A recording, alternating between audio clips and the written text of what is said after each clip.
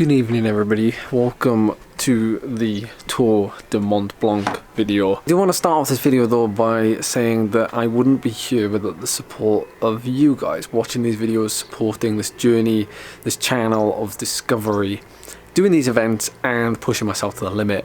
That hopefully is inspiring you to do something similar, or yeah, just makes you want to do these things and shows like what we can be capable of as well on days such as what will be in store for us tomorrow. And it's going to be a day of mammoth proportions, not just of cycling but eating and drinking and the heat, the elements, you name it. They call this the toughest one-day cycling event in the world, and we're going to find out if that is true. So I've just been looking at my pacing for tomorrow, my pacing strategy. I'm still in two minds about what I'm even going to do tomorrow. I don't even know if I'm going to like try and make hay early on when it's going to be a lot cooler and the sun is still low, temperatures a lot lower, or do I like try and save something and then like try and have something for the last two climbs. But it's going to be hot either way, so I don't know what's going to be best. I guess we'll just have to find out tomorrow. A quick kit check, just because the bike is in here and ready. We've got my trusty Factor Auto VAM, not the new frame set that you've seen, I'm sure, all over the internet. Got my number attached securely with the timing chip in there. Got my Wahoo Roam, which will have the full 330 kilometer route on, and will hopefully last me full battery all the way through. I've got a front light, which I need for the first hour because it will be dark, because we have a 3:30 AM breakfast and we have 5 o'clock start. I know it's pretty early, right? But it's going to take a long time to complete this event. 330k, 8,300 meters of elevation. It's big. Speaking of which, we have on here the frame, we have the usual event number sticker, and then up on my stem we have personal kilometer markers for where the Alp Cycles feed stations will be. So we have Alp Cycles feed stations and we have event feed stations. So we have a double whammy really to see us through tomorrow. I've got my wax Durace chain on. I'm running 52-36 with 11-30 gear ratios. I do get asked that question quite a lot, and now obviously for myself that is absolutely fine, but a lot of people do recommend that you ride as lower gear as possible when you're in the big mountains to give yourself that extra, well, that extra bit of tolerance when the going gets really hard. I'm actually not running tubeless, I'm running tubes, Tubolito and latex on 25mm Continental GP5000s, 90 grams of carbs per bottle, and I've got some food down there which looks like a bit of a mess at the minute, but it is very well thought through. It is what I'll be taking with me for the first couple of hours, and then in the two bags next to it is all the food that's going to be going to the Alp Cycles feeds that I will be hopefully digesting throughout the day. So that's it. All that remains to be seen now is that we have a good night's sleep, which will probably be 6 hours. Get up, have breakfast, and then start this crazy event to see if it is, as they say, the hardest one-day cycling event in the world.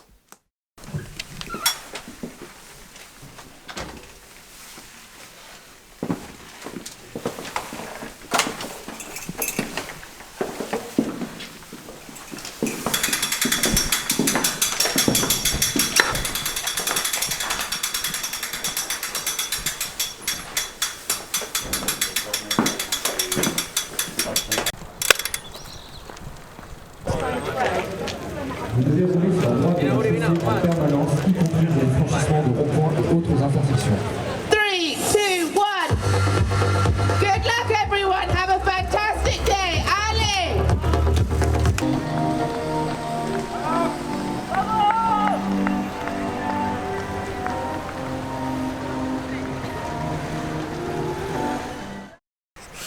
Right, I'm gonna try and not melt while I give you this event story narration from the back of my van with a beautiful backdrop behind me. I've waited a couple of days not just to recover, but to find somewhere beautiful to recap and to tell you about the story of the Tour du Mont Blanc. I look like I'm sat on the ground. I'm not actually sat on the ground, I'm sat on a tiny chair. Okay, so we arrived at the event, the Tour du Mont Blanc, on Thursday.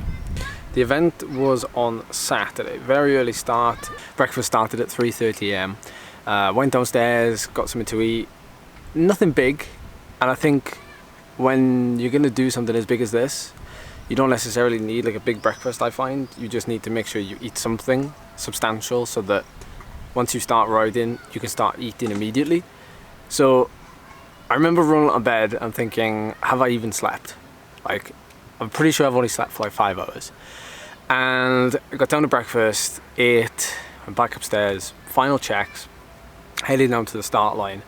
And what was in front of me, in front of us really, because there was 300 approximately riders taking on the 330 kilometer, 8,000 meter of elevation Tour du Mont Blanc. Now, I've done a couple of rides that have been over 300 kilometers. I've only done 1 or 2 that have been that type of elevation, including an Everest, but obviously that's not been the same distance. The thing that worried me the most was the heat, especially really late in the day.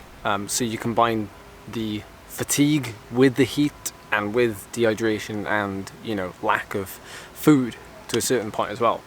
I was quite worried about that. Even with good strategy, I was still worried. And that is part 3 of this video. Part 1 is the setup, this bit. Part 2 is like the meat and potatoes of the ride, and then part 3 is the finale, the last like 3 hours. Because the whole event took me 12 hours to finish. 12 hours and 12 minutes to be exact, which I was really happy with. I actually finished 5th. But I was on for 2nd place at one point, and we'll get to that later. So we roll over the start line, and it's really, really dark. Like, we can't even really see the mountains in the distance at this point, and we definitely can't see Mont Blanc. We'll be doing one massive loop, 3 countries: France, Italy, Switzerland, and then Italy, before then going back into France and finishing Les Saisies, which is where we started. So that was interesting, descending in the dark, like following other red lights. There was one part where I couldn't reach for the GoPro, but we went round like a hairpin bend, and you could just see loads and loads of white lights coming down from the mountain, and it was just like an incredible sight to behold. And then probably about an hour into the ride, it started to thin out, and I found myself in what was the front group of around 25 to 30 riders, all roughly the same ability. And the sun started to come up, and it was just beautiful, like riding in the valley, mountains on either side, and the sun was coming out, and it was just like you could just see the shadow of the mountains in the distance. Right, about an hour to 2 hours in, I was like very much confident that the speed we were doing, the power I was doing on the climbs, of which there were a few early on, was adequate for what I wanted to achieve from the day. Like, obviously I wanted to position myself as high as possible. You don't really win these events. Everyone's a winner, because if you finish the event, to me, your class is a winner. But to be honest, I wanted to finish as fast as I could. I wanted to perform as best as I could over the whole day. So we did the first 2 climbs, the Col de Montet and the Col de la Fauclaz. They came really early on in the ride, in the first like 75 kilometers. I had my first feed station on the top of the Montet, and I stopped very quickly. I needed to pee, which took about a minute. It was a long one. And then I had to just grab like 2 new bottles and another handful of food. So basically how I set it up was, I'd labeled food, and I'd like wrapped and sellotape food together, so bars and gels, and then I'd prepped bottles that had energy mix in from Sturka. So I would basically just collect those at every feed stations that I got to, the Alp cycles were at. And there was actually quite a few. There was like 5 or 6, I think. And they were mainly at the top of all the major climbs. And so I knew that my feeding strategy would be crucial. like just like it was at the Dragon Ride a couple of weeks ago, but probably even more crucial because when you have the heat, like we did, where we got up to 39 degrees on the penultimate climb, the Cormet de Roseland, I was like, I need to front load my fuel in, my feed, everything, because if, for argument's sake, we get to the end in Act 3 and I'm unable to, you know, take on liquid carbohydrate and I'm unable to take on solid food or gel, then I'm just gonna have to ride at whatever wattage my body's gonna default. But I had to be prepared early on, so I was taking on 120 grams roughly of carbs an hour, probably a little bit more, probably a little bit less, depending on the terrain early on. But I was happy with it, and even though I lost sight of the front group because I had to stop early on, I knew I was playing the long game. And, you know, stopping and eating, stopping and drinking, stopping and using the toilet, these are all little things that, on the grand scheme of things, you know, they're like that over a 12-hour day. So we did a wonderful descent down into Switzerland, down into Martigny, and we were immediately going to hit the climb called the Champex, which actually had a hill climb on that same day as well. They were setting up the banners. Obviously we got there very early. I think it was like 8:30 and the event hadn't even started yet. So it was really surreal, like bombing down the descent and going straight through the border into Switzerland. And you know, like I had ID with me and I was kind of half expecting to like having to wave it as I was like flying past the kiosk, but no, just went straight into the country, into some magnificent scenery, of which, you know, I've been to Switzerland a couple of times and I know it's incredible. But to be fair, it all is. I mean, check this out here. But obviously, going into this climb to Champex, I was on my own, but I was noticing that I was catching one or two riders that had been tailed off that front group going up that climb, which was, I think, around 10k at 8%. So do you remember the Dolomite, the marathon I did a couple of weeks ago? The hardest climb on the route, in many people's opinion, is the Passo João, which is 10 kilometers at roughly 10%. So this Champex climb is fairly meaty. So I was going up the climb and I could see in the last couple of switchbacks, I could see other riders there, and I was like, all right, so that's the front group, but it was quite small. So I realized that there must have been another group ahead.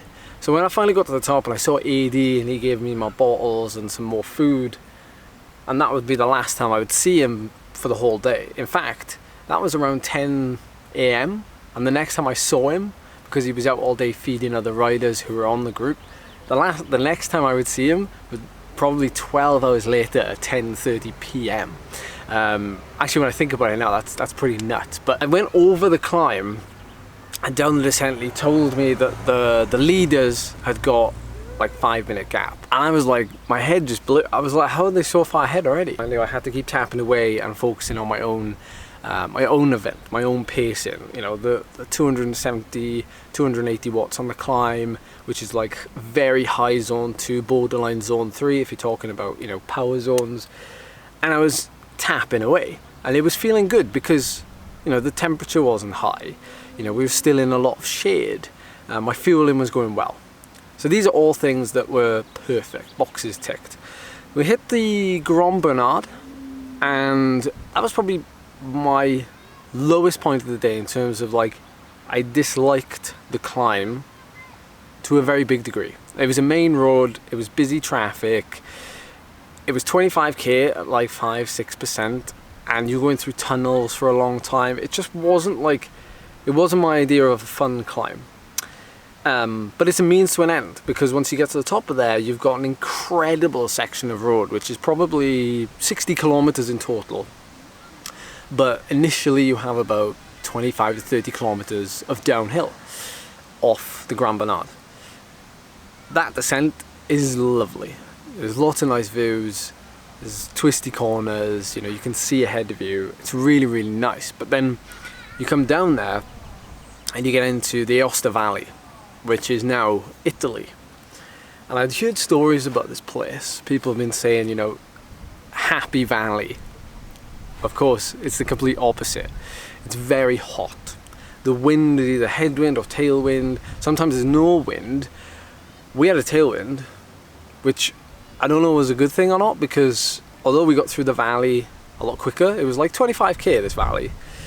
Although we got through it quicker, you didn't have the cooling effect of the wind because it was on your back. So the heat was kind of high now, it was getting up to like 30 degrees.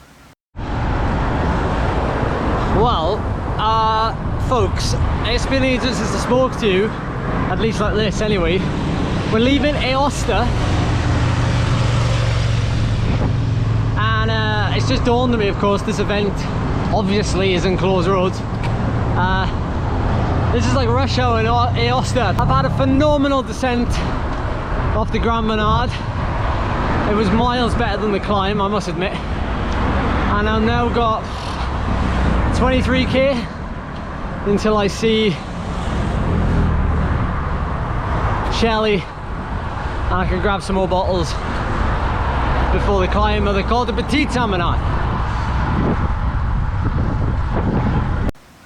Got to La Salle, which was the next feed that I got to for Alp Cycles.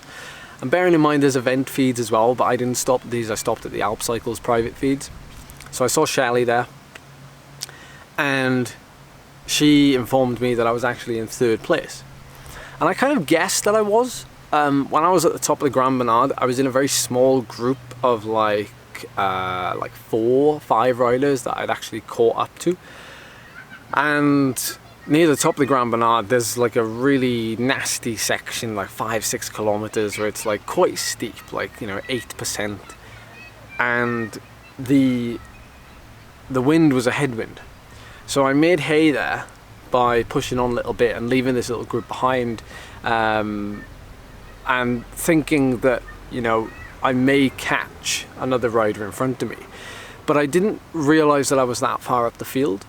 So when I crested the Grand Bernard and I went down into Aosta, and I went across then through Italy and into La Salle, just before turning onto the Petit Bernard, I was in a situation where I realised that I was basically chasing single riders. So there was me, there was the guy in 2nd place, and who was the guy in 1st place, leading by probably 10 or 15 minutes at this point, was a chap called Harry, who is actually supported by Varese Velo as well, just like myself, with Factor bikes. But he usually does gravel events. Now, me and Harry got chatting early on in the ride, and we're very surprised to meet each other there, because obviously we're both Brits, we're both out here doing this event. It was very, very surreal. And I was like, well, this kind of suits him, because it's a long distance thing. You know, a lot of these gravel events, especially Unbound, for example, can be quite long and arduous. And I thought this could suit him quite well. But I was very surprised when he was so far ahead. But unfortunately for Harry, he said to me at the end that he'd spent far too many pennies early on trying to get away, and ended up doing like a peak 20-minute power at some point of like 340 watts. And I think my peak for the day was something like 310 watts, you know, which is substantially lower than my best peak 20-minute power. But that's because I was trying my best to be nowhere near it. But he told me that he'd gone a little bit too hard over the Grand Bernard and then paid for it later on. And when he was caught, he was dehydrating, he was lacking on food, and the whole day was catching up. And this isn't something that's unusual. Obviously, this happens to a lot of people. And I was playing a very slow game. I was being very patient. Even though I was in 3rd place, when I was told in La Salle when I saw Shelley was in 3rd, I knew that I don't think I'm ever going to catch the guys in 1st or 2nd, unless something was to happen, of which, you know, something did happen. And in an event like this, where it's so long, anything can happen. You know, someone can have a double puncture and they're on the side of the road for 10-15 minutes, you know, fixing it, for example. So you can lose time very quickly, and you can also gain time very quickly in that respect. So I left La Salle and I started my expedition up the Petit Bernard.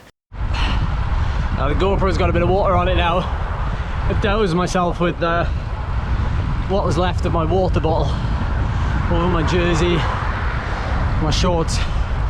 Give myself a little bit of a cooling effect, but Wahoo's just giving me some bad news. 31k to go to the summit of the Petit Bernard. That's exactly what you want to see. Let's get our teeth into it. Yeah, I know how many of you like bridges on this channel. Check that one out behind me. So I've just had some news from HQ, that is Charlie, back at the hotel. She informs me that the last checkpoint at 156k, which was at the top of the I lost track of the climbs. The Grand Bernard, I was lying third. So I'm still third. The question is, where are the other two? How far ahead are they? And with 3 of the biggest climbs left, what have we got left? There's an awful lot of climbing still to go. Which is another monster climb, you know, 25 kilometers at 6% with some different changes in gradient. It's just, these climbs are just, they're bonkers, you know. You're climbing from like 800 meters above sea level to like 2,300 meters above sea level. It's savage elevation change, you know, and the temperature and everything else. And you know, you've got to feed, drink, you've got all of this during the effort going up the climbs. Completely different to the marathoner, you know, because the climbs were only, like, for me, max 35 minutes long. These climbs, more like an hour and 15, an hour and 20, an hour, you know, it's a whole different thing, because then you have to feed while you're climbing, and that's something that I'm not necessarily used to, because I'm so used to just settling into a rhythm and just, like, you know, just mellowing the climb and riding the climb and doing my effort, that I tend to forget to eat and drink. But I made sure that I did that early on in this ride, just in case the inevitable happened. About halfway up the Petit Saint Bernard, I did start to flag. I started to crumble mentally. I was starting to zone out and like starting to lose focus. I was drinking, I was eating, but I wasn't eating and drinking at the frequency that I should have been. Temperature was climbing now up to 35, getting close to 40 degrees. And I was just, it was starting to catch up to me. And I knew that we had 2 climbs left. The Cormet de Roseland, and then the final climb up to Les Saisies. And you know, that final climb is 15 kilometers long, and sometimes you forget, because you get to the bottom and you think, I'm home, I'm virtually home, I got 15k to do. But 15k is at least an hour at crawling speed, at least an hour. So mentally it just messes with your head so much. It's such a challenge, you know, this event. The reason why I say it was one of the hardest days I've ever had on a bike is because you put yourself to the sword and you gamble and you hope that you can take your energy reserves all the way. And it almost paid off, and I parked up, you know, 2 climbs from the end. I got all that way, and the last 2.5 hours, 2 hours, that's when I started to fall off the edge. So I was almost there. When we descended off the Petit Saint Bernard down into Bourg Saint-Maurice, it was like an oven, you know. There's no other way to describe it. If you've ever ridden in places, you know, in valleys and things out here, you know what I'm talking about. It's stiflingly hot. And I descended down into it, and you know, I knew I just had to settle into another rhythm on the Roseland. And I got going, and immediately I could see one rider chasing me.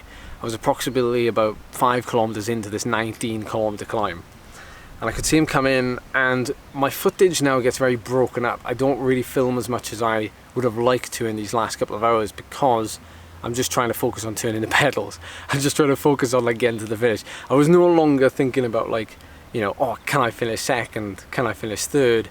Because Harry had to withdraw, so I was now in second place. And I thought, I could do anything just to finish on the podium here now. But when you've spent all your pennies, it's like you're like fighting a losing battle against gravity, against, like, you know, your mental energy, your physical energy. We've all been there, you know. And you know, I was just hoping that maybe that point would come a little bit further on into the ride rather than where it came. And it's not because I rode too hard, and it's not because I rode, you know, outside of my limits. It's because, you know, these little things added up, like the elevation, the heat, you know, the inability to get food and drink in those last 2 or 3 hours, even though up to that point it was perfect, it was brilliant. it was just then that I couldn't, because it was I was so uncomfortable. I just didn't feel, you know, we've all been there, just didn't feel like doing it anymore. But it was an incredible experience. So I got caught by this rider who the last time I'd seen was in that little group that I left behind on the Grand Bernard, and he caught me. I stayed on his wheel for a little bit until the flat section on the Roseland, and I was doing about 250 watts to sit on his wheel, and I thought, that's a fair bit more than I have been doing on my own. So it's amazing how much of a difference it'll make if you're riding with somebody, because you know, you think you're on the limit and you're doing all you can, but then someone comes up from behind, you ride with them for like 10 minutes and you're like, I'm doing 40 watts more than I was doing on my own. You know, pull yourself together type of thing. So in the end, you know, I had to let him ride off because I was starting to get into a place where I was struggling to keep the bike straight. So I just needed to bring it back a little bit so I could concentrate on myself. And I knew though that by riding with him a bit further, which I did on that climb, meant that the other two who he'd left behind, they were also they weren't together, they were a little bit apart. They eventually caught me with about 1 kilometer, 2k from the summit, and I kept them within sight, and they stopped at the top of the event feed and I just went straight past. And I felt so good at the time, thinking that I might be able to get a little bit of a 1 minute gap again, just to give myself that little bit of an edge. And I got down the descent, and because it's an open road, it's not a closed road event, there were some cars on the road and I was doing a couple of overtakes and I was feeling good. Got down the descent, beautiful lake, which I don't think I even showed. But that moment there where, you know, they caught me at the top of the Roseland, and I picked up my phone and I was just like, I just got to video something because I've said nothing for ages. And this is what I said. GoPro's dead. I'm dead. You're gonna stay on me. I tried to pace the Roseland as best as possible, and that meant I was overtaken by 3 riders who had left earlier in the day. So chapeau to them for coming back and putting me back in my place. I'm absolutely on my knees. I need to concentrate now because I've got 1k to the summit, technical descent, and then final climb. I'm ready for this to be over. Oh my word. But it's funny then how everything just changed. And that's what happens, I think, in these endurance events, is that like you think it's all over and then something changes and it changes your whole outlook on it. And then like for me on the descent then, with 25k to go, I was back with the 2 guys who had just caught me. And although second place was now out of reach, I was still in the hunt for third, even though about 2k, 3k before that, I was actually in 5th place. So I was back into third, or in contention for third. And then we got into the little valley, last climb up to the finish, 15k drag, and I tell you what, I've never wanted to walk more in my life than when I hit that final climb. I'm not ashamed to say it because I'd gone so far past the point, of caring how slow I was going or how much energy I'd expended and I hadn't taken on board the last couple of hours because I was feeling uncomfortable in my stomach. Like, I wasn't sick, I wasn't nothing of the sort. It's just that feeling, the heat and everything just gets to you, and exhaustion and everything else. And I was with them for the first 2k, and then they split, and then I split, and we were just stretched across the mountain. And the last 8k, I had my map screen open and I was just counting the last, every 500 meters, and even 500 meters from 8k to go was taking ages. 3 minutes, 4 minutes, 5 minutes to do 500 meters, and I was trying to work it out in my head. How long is this going to take me to do the last 5 miles? This is demoralizing. And I was trying to compare it to climbs I got at home to try and make it a smaller feat, and it just wasn't working. But this was the space I was in at that point, 320 kilometers in, 12 hours in, 8,000 kilojoules burned. That was the point I was in, 500 TSS. And I finally crossed the line, and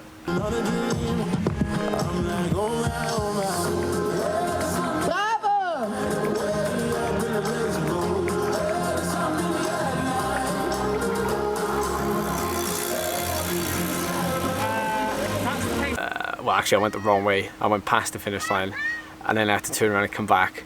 And then I crossed the finish line and I got a medal. Charlie was there and I was just a heap on the floor. I didn't even pick up the camera. Like, I don't think we even filmed anything. I was just let me sit down on the floor, get me off the bike, take my cycling shoes off, take my helmet off, put that bike to the side. I just need to sit against this wall with a can of Coke, some cold water and some ice. That's all I need. I don't want food, I don't want anything, just leave me there. And I sat there for like an hour and a half. Charlie took some photos of me, and I was that. That is effectively my day. There were highs, there were lows. You know, I think my favorite part was my favorite climb, probably the Champax climb. Just the hairpins and the steepness, I just loved it, and it was quite cool. Descent into Switzerland was incredible, into Martigny, vineyards either side, sun was coming up through the valley. That was just incredible. And then like the low points of the day, obviously, you know, the last couple of hours, and the Grand Bernard for being such a busy climb. But would I recommend it? 100% I'd recommend it. You know, there was people out there in our group who were taking almost a whole day to complete this ride. I took 12 hours, you know, but there was people out there who took 16, 17, 21 hours, 20 hours to complete the ride. And there is no shame in taking as long as that, you know, a whole day to complete this ride, because it is literally a mammoth ride. And fair play to anyone that finished it, because I know lots didn't finish it. So it's definitely one to prepare for massively if you're thinking of doing it. I don't really know, I can't recommend a stepping stone into getting into that type of thing, but certainly it is one to add to the palmares and be proud of. So that's my recap. Thank you so much for watching and tuning into this whole little debrief. I'm going to try and cool off somewhere now, maybe jump in a lake. There is actually one just over there. It's very, very nice. Just down there somewhere. Oh, there goes my bottle. Just down there. It's very nice. So I will catch you in the next video. Thank you so much for tuning in to this little series while I've been in France, and I will see you when I get home.